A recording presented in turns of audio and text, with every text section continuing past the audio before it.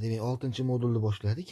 Birinchi savol. Suvga nisbatan tezligi v ga teng bo'lgan suzuvchi rasmda ko'rsatilgandek oqim tezligi va bo'lgan daryoda suzishni boshladi. Shunga ko'ra, suzuvchi qarama-qarshi qirg'oqning qaysi nuqtasidan chiqadi? Javoblarimizni ko'rib turibmiz. Demak, nima bo'ladi ustozlar?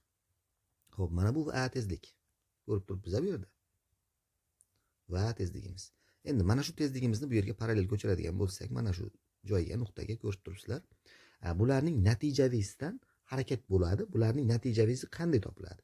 Natijaviysi romga to'ldirish orqali bo'ladi. Mana bunday qilib tezliklarni proyeksion, ya'ni parallel ko'chirish amalga oshirganimda, ularning natijaviy tezligi mana shu joydan chiqib keladi, mana bunday bo'lib. Va mana shu oqim tezligi bilan mana bu kemaning tezligining natijaviysi shu bo'ladi. Shunda ulardan mana shu natijaviy tezlik harakatni davom ettirganida qayerga? N-chi nuqtaga borib qoladi. Javobimiz qirg'oqning narigi tomonida N-chi nuqtaga yetib boradi. Tushundingmi? Mana shunda ishlaymiz. Keyingi savolimiz. Xo'p, suvga nisbatan Vx va Vy tezlikka ega bo'lgan suzuvchilar daryoni kechib o'tmoqda. X suzuvchi qarama-qarshi tomonning M nuqtasidan chiqibdi. Demak, X suzuvchi qarama-qarshi tomonning M nuqtasidan chiqibdi. Bunga ko'ra Y suzuvchi narigi qirg'oqning qaysi nuqtasidan chiqadi? Bo'limlar orasidagi masofa bir xil. Demak, ustozlar, biz avvalambor X suzuvchi uchun masalani ishlab olamiz. Demak, xo'p, har bir bo'lakni men X dan deb olyapman. Tushunyapsizlar, ustozlar? Har bir katakni X. Shuning uchun xo'p, kechib o'tish vaqti degan narsa bor. U D taqsim V kema teng Sx taqsim V oqim. Esingizda bo'lsa, shu oqimning harakatning mustaqillik prinsipiga asoslanadi. Demak, Vx ni yozyapman. T barobar D ni o'rniga 4 ta X tanlayveraman, chunki masofa daryoning kengligi 4 ta X ga teng. Taqsim kemaning tezligi Vx barobar. Xo'p, oqib ketgan masofasi mana bu joyda 2x masofada 2x taqsim V oqim. Xlar qisqarganida 4lar 2lar bilan qisqarganda bu yerda 2 qoladi. Demak, bizda natija kelib chiqadi. 2 ta V oqim teng va x ga, ya'ni proporsiyani ko'paytirdim. Xo'p, bu narsa bizda nima uchun kerak? Yoki bo'lmasam v oqimni aniqlab olamiz. V oqim barobar v x taqsim 2. Ya'ni v oqimning uzunligi ko'rsalang 2 katak. Lekin v x ning uzunligi, v oqimning uzunligi shuning yarmi ekan. Demak, mana shu joyda mana bu tomonga qaragan bitta katakda v oqim bor. Tushundilarmi? Oqimning tezligi bitta katak va u mana shu tomonga qarab turibdi. Endi xuddi shu holatda mana bu v y bilan qanday amallarni birga bajaradi shu oqimning tezligi. Shuni tushunishimiz uchun v y ni proyeksiyaga ajratamiz. Mana bunday. Bu yoqqa v y, endi bitta proyeksiyasi tezlikni, yana bitta proyeksiyasi mana bu tomonga. Bu ikkita v bo'ladi. Proyeksiya holatda ishlaganimda ustozlar, har bitta katakni v dan deb olsam, bu yoqqa ikkita v, bu yoqqa ham ikkita v proyeksiya ochiladi. Tushundilarmi? Oqimning tezligi v ga teng bitta katak edi. Shunda tizim xuddi o'sha men aytgandek yana suzib o'tish vaqtini amalga oshiradi. Faqatgina bunda nima qilamiz? Xo'p, 4 ta x masofani yuqoriga qaragan 2v tezlik bilan bosib o'tadi. Mana bu tezlik o'sha 4 ta x masofani bosib o'tishga sarflanadi. Teng. Endi u qandaydir sx masofada surilib ketadi. Lekin ustozlar, mana bu v 2v tezlik bilan oqimning tezligi teskari turibdi. Sezyapsizmi? Biri o'ngga, biri chapga. Bir-birini yeydi, ayirasizlar. Ya'ni 2v dan ayirasiz v ni qarama-qarshi holatda oqimning tezligini ayiryapman-da. Shunda nima paydo bo'ladi? Mana bu tenglikni tenglashtiraman.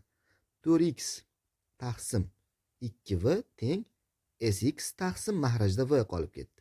V bilan v qisqarganida 4 bilan 2 qisqarganida bu yerda 2 qoladi.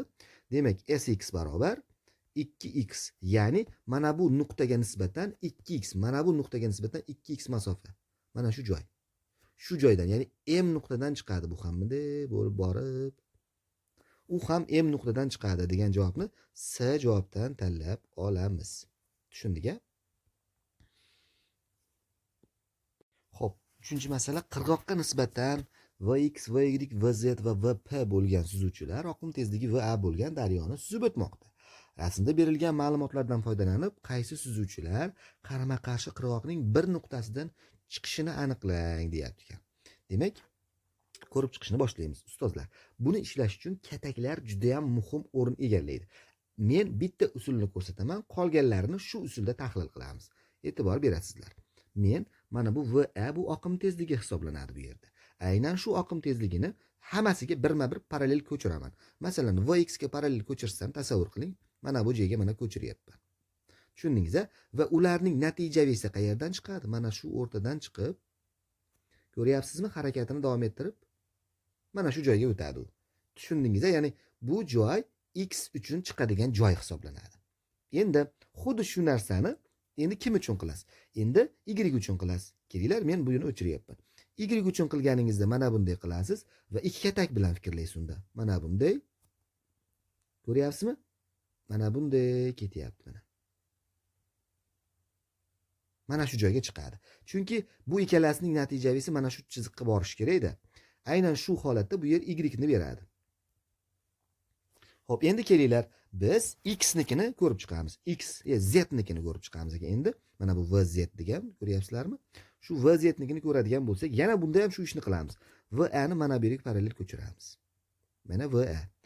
Bularning proyeksiyasini to'ldiraman desak, bunday bu romka ochishlarga to'g'ri keladi.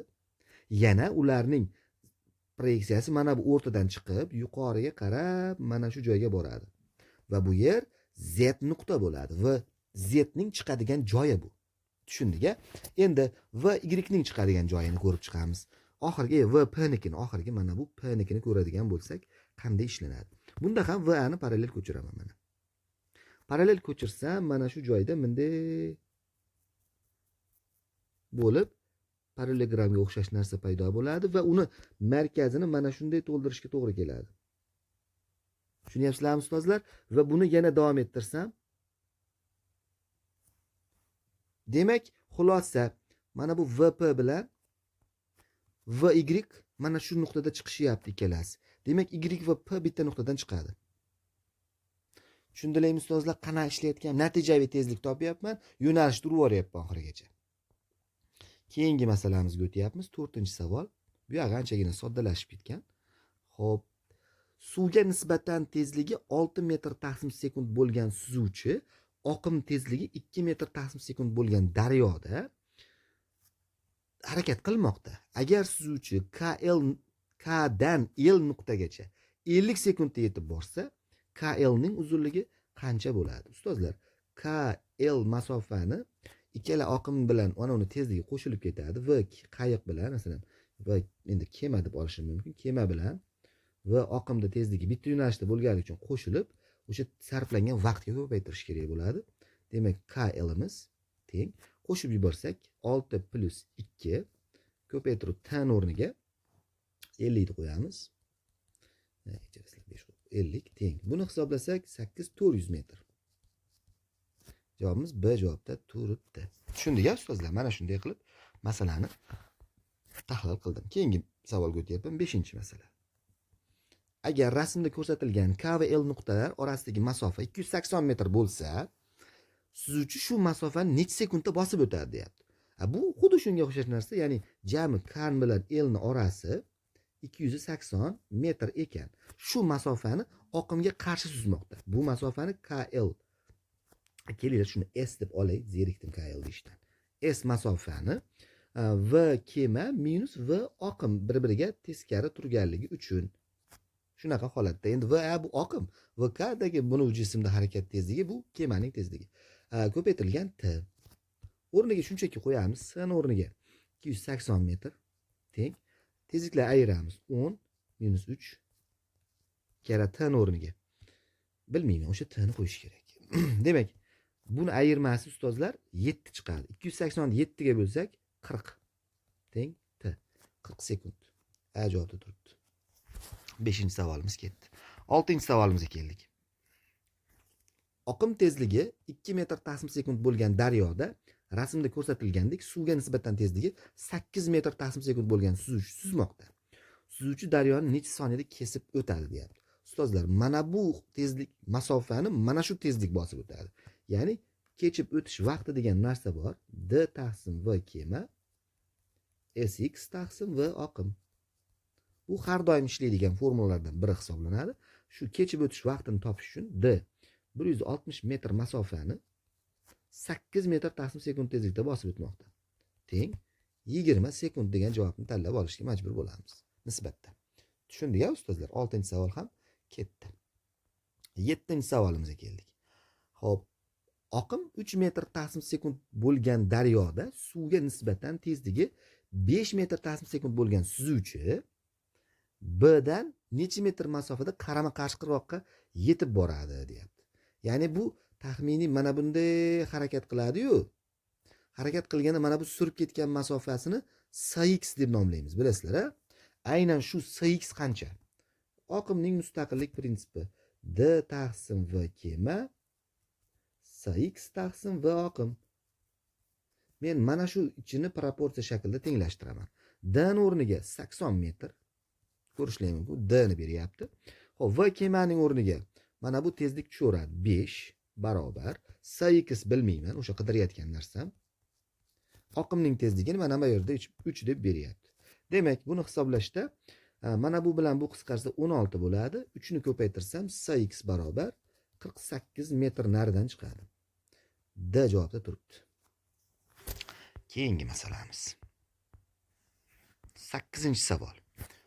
Oqimi 5 metr taqsim sekund bo'lgan daryoda suvga nisbatan tezligi 10 metr taqsim sekund bo'lgan suzuvchi B dan necha metr masofada qarama-qarshi nuqtaga yetib boradi? Bunday savollarni ishlashning oson usuli bor. Ularni nima qilamiz? Ustozlar, tezlikni proyeksiyaga ochamiz. Mana bunday va mana bunday. Mana bu proyeksiya Vx, mana bu proyeksiya Vy. Tushundik-a? B nuqtadan qanday u taxminan mana bunday bo'lib mana shu joyga boradi. Bu masofa o'sha biz qidirayotgan Sx. Yana o'sha ishni qilamiz. T taqsim T teng D taqsim V kema qilmayman. Yuqori o'sha tez shu tomonga kesib o'tmoqchi bo'lgan tezlik Vy teng Sx taqsim. Ustozlar, oqimda tezligi ham bu yoqqa V oqim. Mana Vx tezlik ham xuddi shu tomonga. Shuning uchun bu Sx masofani bosib o'tadigan tezliklar bu va bu qo'shiladi. Birgalikda harakat qiladi. Shuning uchun Vx plus V oqim qilib masalani ishlashni boshlayman. Demak, D o'rniga 120, Vy o'rniga, hop, demak bu yerdan yozib olaman. Vy barobar 10 sinus 37. Mana bu yerda mana ko'ryapsizlar 37 gradusda ketgan. Bunda teng 6 bo'ladi bu. Vx barobar 10 kosinus 37. Bu 8 ni ushlaydi. O'rniga qo'yib yuboraman. Ya'ni Vy o'rniga 6 barobar Sx taqsim Vx o'rniga mana bu qidirayotgan 8 imiz plus mana bu 5 oqimning tezligi ham bu yerda berilgan 5. 5 ni ham qo'yib yuboramiz. Ana endi buni hisob kitobini qilamiz desak, bular qisqarganida bu 20 bo'lib qoladi. 20 ni 13 ga ko'paytirish kerak bo'ladi. 20 ko'paytirilgan 13 teng Sx barobar 260. Mana Y javobimizda turibdi. Tushundik-a ustozlar? Qanday olayotganimni. Keyingi masalaga ham o'tib keldik mana. Xo'p, oqim tezligi Va bo'lgan daryoda suvga nisbatan tezligi Vx, Vy, Vz bo'lgan suzuvchilar rasmda ko'rsatilgandek suzishni boshlaydilar. Shunga ko'ra, suzuvchilarning qarama-qarshi qirg'oqqa o'tish vaqtlari mana shunday Tx, Ty, Tz o'rtasidagi bog'liqlikni qandayligini aniqlang deyapti. Ustozlar, jismlar masalan qaranglarda, daryo berilganda mana shu tomonga qaragan tezliklar daryoni kechib o'tishni xohlaydi xolos. Demak, bu xulosamizdan x'imizni ko'rsangiz, uning mana shu tomonga qaragan tezligi nechta katak tushyapti? 3 ta katak va bu Vx jismning mana bu tomonga qaragan tezligi 3 ta katakdan iborat. Shuning uchun bu juda ham tez va juda ham tez kesib o'tadi. Shuning uchun Tx juda qisqa vaqt sarflaydi. Qolganlar bundan katta. Bu juda ham tez o'tadi. Endi Vy bilan Vz ning ikkalasi ham bu vertikal, ya'ni kesib o'tmoqchi bo'lgan mana bu vertikal o'qdagi tezliklarning proyeksiyasi bor yo'g'i 2 katakdan chiqadi xolos, tepaga qaragan. Tushunyapsizlar-a? Ularning tezliklarining proyeksiyalari 2 katakdan xolos. Ular mana bunga qaragan. Ular bir vaqtda o'tadi. Ya'ni xulosa Ty bilan Tz teng chiqadi. Chunki bularning y proyeksiyasi kechib o'tmoqchi bo'lgan tezliklari proyeksiyalari 2 katakdan xolos. Buniki 3 katak. Shuning uchun tez borgan. Tez borish vaqtni qisqarishiga olib keladi. Mana shu javobni tanlashga to'g'ri keladi. Ya'ni bunaqa javob qaysi birida? Demak, tekshiradigan bo'lsak, xo'p, t y bilan t z. Kechirasizlar. Mana bu javob B javobda sal boshqacharoq qilib bergan ekan. Bu yoqqa berib qo'yibdi. T x ni o'rni almashtirilgan. Ya'ni t y teng t z ga va bular katta t x dan degan javobni beryapti. Tushundilarmi ustozlar? Ya'ni tezlikning proyeksiyalari kechib o'tadi. Keyingi masalamiz. 10-savol. Daryoning suviga nisbatan tezligi v y bo'lgan suzuvchi K va L K dan L ga 10 soniyada boradi. Suvga nisbatan tezligining kattaligini o'zgartirmasdan L dan K ga 30 sekundda qaytadi. Ya'ni o'sha tezlikda orqaga qaytadi ekan. Berilgan ma'lumotlarga ko'ra suzuvchining tezligi qanday bo'ladi? Ustozlar, K va L orasidagi masofani men S deb olaman. Dastlab borishda u nima qiladi? VK plus oqimning tezligi 2 necha sekundda boryapti? 10 sekundda borishda. Qaytishdachi? U ortiga qaytyapti. Oqimlar tezligiga qarshi suzadi. Unda VK minus 2 ko'paytirilgan 30. Chunki 30 sekundda qaytyapti. Savol, oqim tezligini so'rayapti. Xohlasangiz proporsiya, xohlasangiz tenglamalar sistemasi, xohlasangiz tenglang. Men tenglab qo'ya qolaman. Xo'p, 10 ta qavschida VK plus 2 teng 30 ta qavschida VK minus 2. Nollar qisqarganida VK plus 2 barobar 3 ta VK minus 6. Ayirma qilib olib o'tganimda 8 teng 2 ta VK qoladi. VK barobar 4.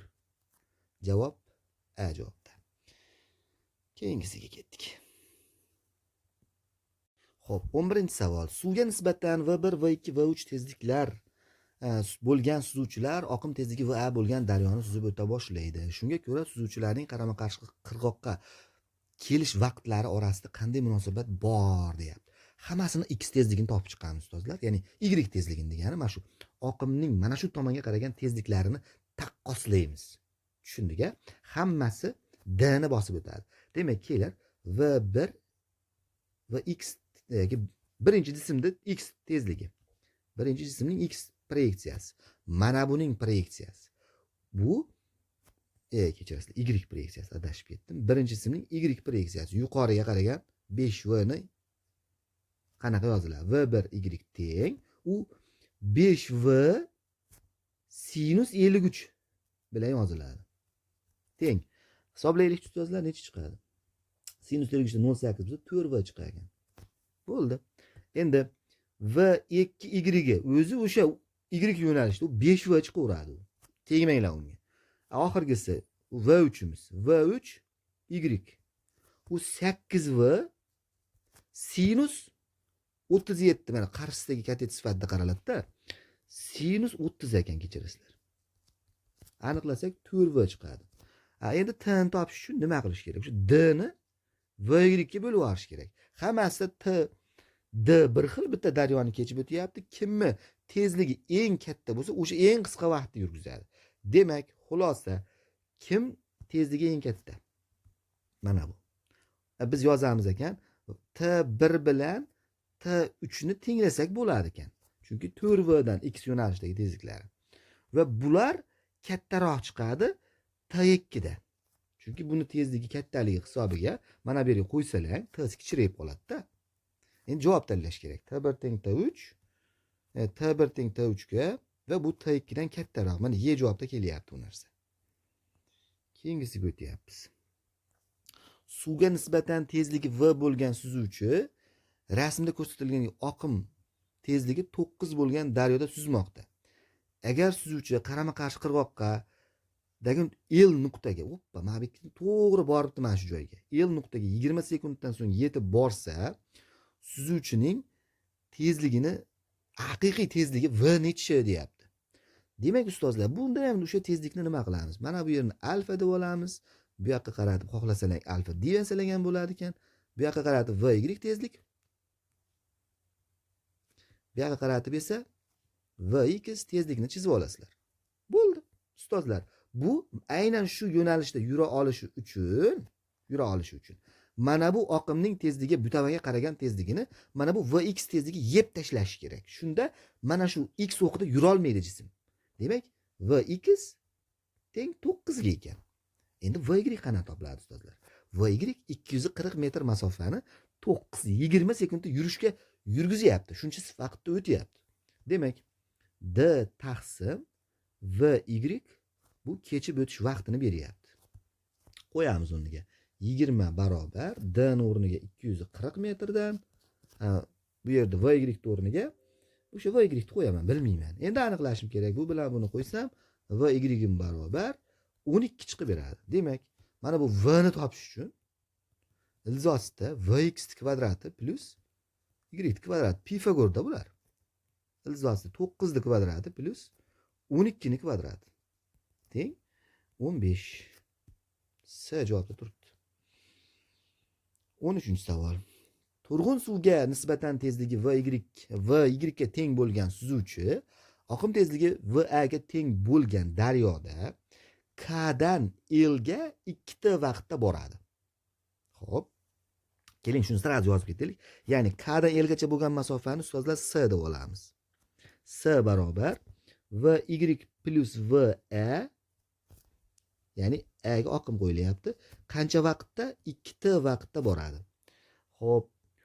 Keyin va suvga nisbatan tezligini kattaligini o'zgartirmasdan l dan k ga 5 ta da qaytadigan. Qaytishda yana shu masofani bosib o'tadi. 5 ta vaqt vy minus va qarshi suzganligi uchun ko'paytirilgan 5 ta t tenglashtirish kerak. Bunga ko'ra vy taqsim va ni top. Bo'ldi. Tenglashtiramiz, nima bo'ladi?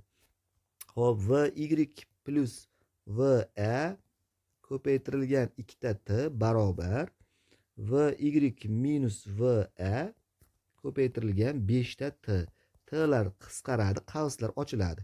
2 ta vy plus 2 ta va barobar 5 ta vy minus 5 ta va. Olib o'tamiz. Bu yoqqa olib o'tsak nima paydo bo'ladi? Bu yoqda 7 ta va paydo bo'lar ekan. Mana bu plus bo'lib o'tadi-ku bu tomonga, to'g'rimi? 2 vy ayirma bo'lsa 3 ta vy qolar ekan. Demak, bizda nima kerak edi? Vy ni va ga nisbati 3 pastga tushar ekan. Bu yoqqa o'tar ekan. Demak, 7 taqsim 3 teng vy taqsim va. 7 taqsim 3. D javobimizda tayyor turibdi. Tushundik-a? Yaxshi. Xo'p, turg'un suvga nisbatan tezligi v1 va v2 bo'lgan suzuvchilar rasmda ko'rsatilgandek oqim tezligi va bo'lgan daryoda suzishni boshlaydilar. Shunga ko'ra suzuvchilar qarama-qarshi qirg'oqda bir-biridan necha metr masofada suzib chiqadilar, deyapti. Bunda alohida birinchi va ikkinchi jismlarning surilib ketish masofalarini aniqlab olib, shularni qo'shib qo'yish kerak xolos. Demak, men birinchi jism uchun ko'rib chiqaman. Birinchi jism.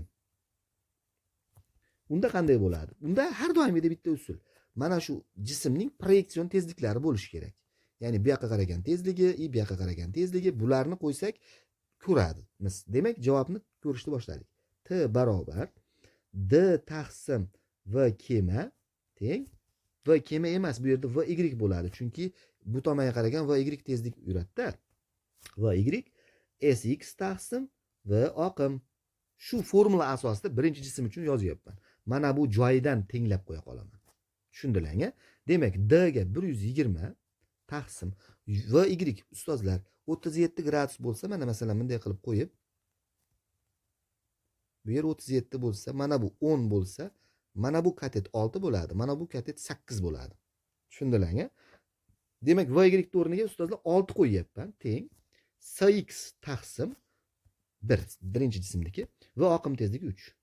Hisoblab qo'yaman. Bu bilan bu qisqarsa 20, buni ko'paytirsam sx barobar, kechirasizlar.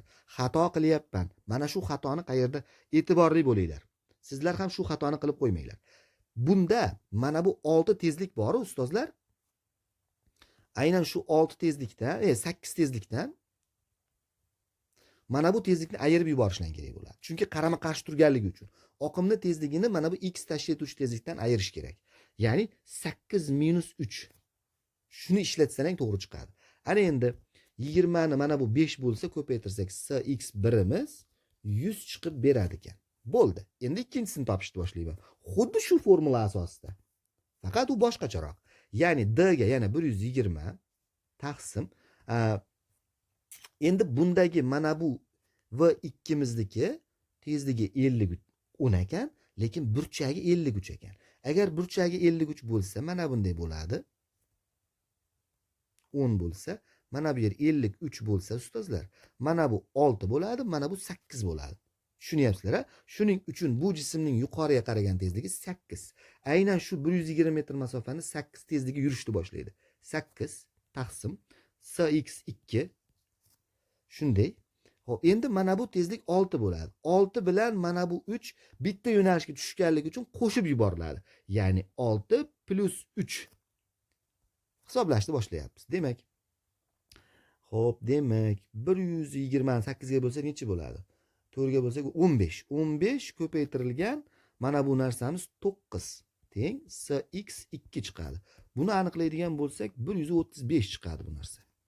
Xo'p, endi bularni bir-biriga qo'shib qo'ysak, ya'ni bittasi harakatini e'tibor beringlar. Bittasi bunday bo'lib mana bu joydan chiqadi. Mana bu masofasi 135 chiqadi. Mana bunisi bunday bo'lib bu yerdan chiqadi. Mana bu masofasi 100 bo'ladi. Shunda ular orasidagi s umumiy masofasi s1 o'sha sx1 plus sx2. Bir-biridan necha metr masofada chiqadi deganda teng 235 metr degan javob mana S javobimizda turibdi. Tushundingmi? Ketdik keyingisiga. 15. Suvga nisbatan tezligi 5 metr taqsim sekund bo'lgan suzuvchi oqimi endi 3 metr taqsim sekund bo'lgan daryoda K dan L ga va L dan M ga suzadi. Hoppa qaranglar. K dan avvalambor L ga suzadi ekan. Keyin L dan M ga qarab mana bu tomonga ham suzadi ekan. Mana K dan L ga va L dan M ga suzadi.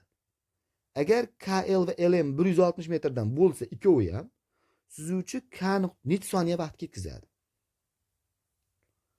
Xo'p, bu savol o'ylantiradigan savol.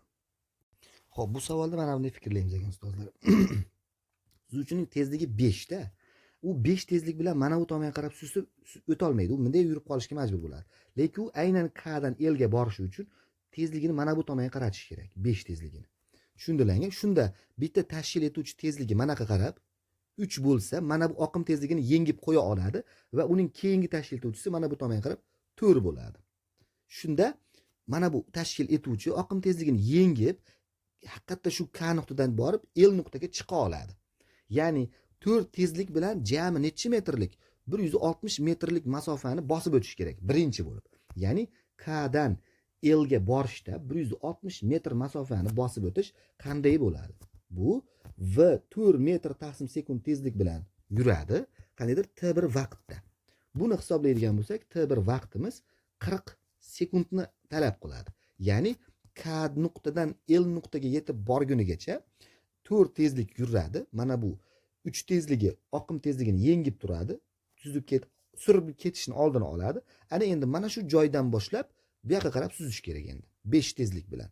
Ya'ni v kema teng 5 tezlik bilan suzsa, oqimning tezligi ham bu tomonga 3. Demak, endi u LM bo'lgan jami 160 metrlik masofani qaysi tezlik bilan v kema plus v oqim tezligi qo'shiladi va qandaydir t2 vaqtda boradi u yoqqa yetib borganigacha. Shunchaki 160 teng v kemaga 5 ni qo'yasiz plus oqimga 3 ni qo'yasiz ko'paytirilgan t2. Bunda bu 8 bo'ladi, t2 barobar 20 chiqadi. Jami qancha sarflayapti? Jami 20 bilan 40 ni yig'indisi 60 sekund. D javobimizda chiqyapti. Keyingi masalamizga ham keldik. Turg'un suvga nisbatan tezligi v y bo'lgan suzuvchi rasmda ko'rsatilgandek oqim tezligi va bo'lgan daryoda suzishni boshlaydi. Shunga ko'ra suzuvchi qarama-qarshi qirg'oqdagi B nuqtadan necha D masofada daryoni kechib o'tadi. Xo'p, ustozlar, buni ishlashda burchak qo'yib olamiz. Mana bu joydan alfa qo'yib olsak, mana bu joy ham alfa bo'ladi. Mana bu joy 13D bo'ladi. Tushunyapsizlar-a? Chunki bu Pifagor sonlari 12D, kechirasizlar, bu 12D. Xullas shunaqa. Pifagor sonlari bo'yicha bu yerni S deb olsak, aniqlaymiz. S barobar ilzosida 5D ni kvadrati plus 12D ni kvadrati. Necha bo'lar ekan bu? 12 13 bo'lar ekan, to'g'ri. 13D bo'ldi. Endi biz alfani qanday qilib topib olamiz? Sinus alfa, kosinus alfalarni aniqlab olishimiz kerak. Sinus alfa barobar burchak qarshisidagi 5D ni 13D ga nisbati. Bu 5 taqsim 13 ni beradi. Xo'p, kosinus alfani aniqlab olamiz.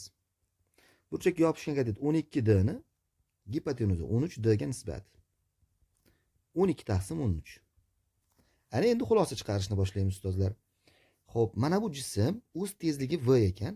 Bu proyeksion holatda mana bu tomonga qaragan v kosinus alfa. Bu yoqqa qaragan v sinus alfa tezlik bilan harakat qiladi. Tushundilarmi? Xo'p, endi jism harakatda qanday kechib o'tish amalini amalga oshiradi? Bunda hisoblaydigan bo'lsam, t teng jami masofa daryoni kengligi mana bu 5D yu, shu 5D masofani v sinus alfa tezlikda bosib o'tadi.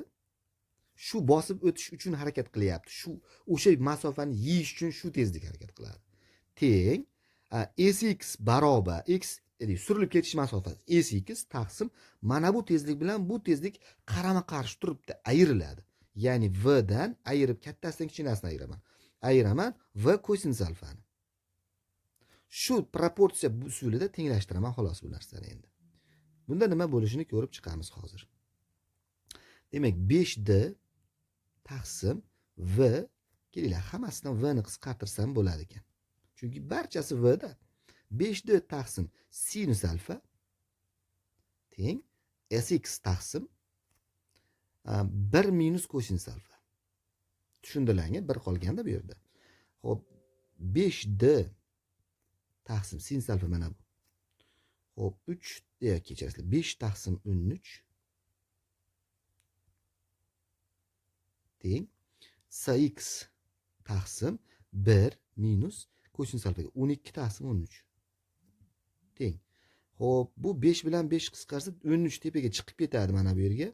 13D barobar mana bunda umumiy mahraj bersalar 1 taqsim 13 bo'lib turib 13x bo'lib qoladi. Bu yoqqa chiqsa 13 sx bo'lib qolar ekan. Eng qizig'i mana bu 13 bilan mana bu 13 qisqarsa sx barobar d degan javob chiqar ekan. Nechta d masofada? Bitta d. Degan javobni qabul qilishga majbur bo'ldik. Tushundilarmi ustozlar?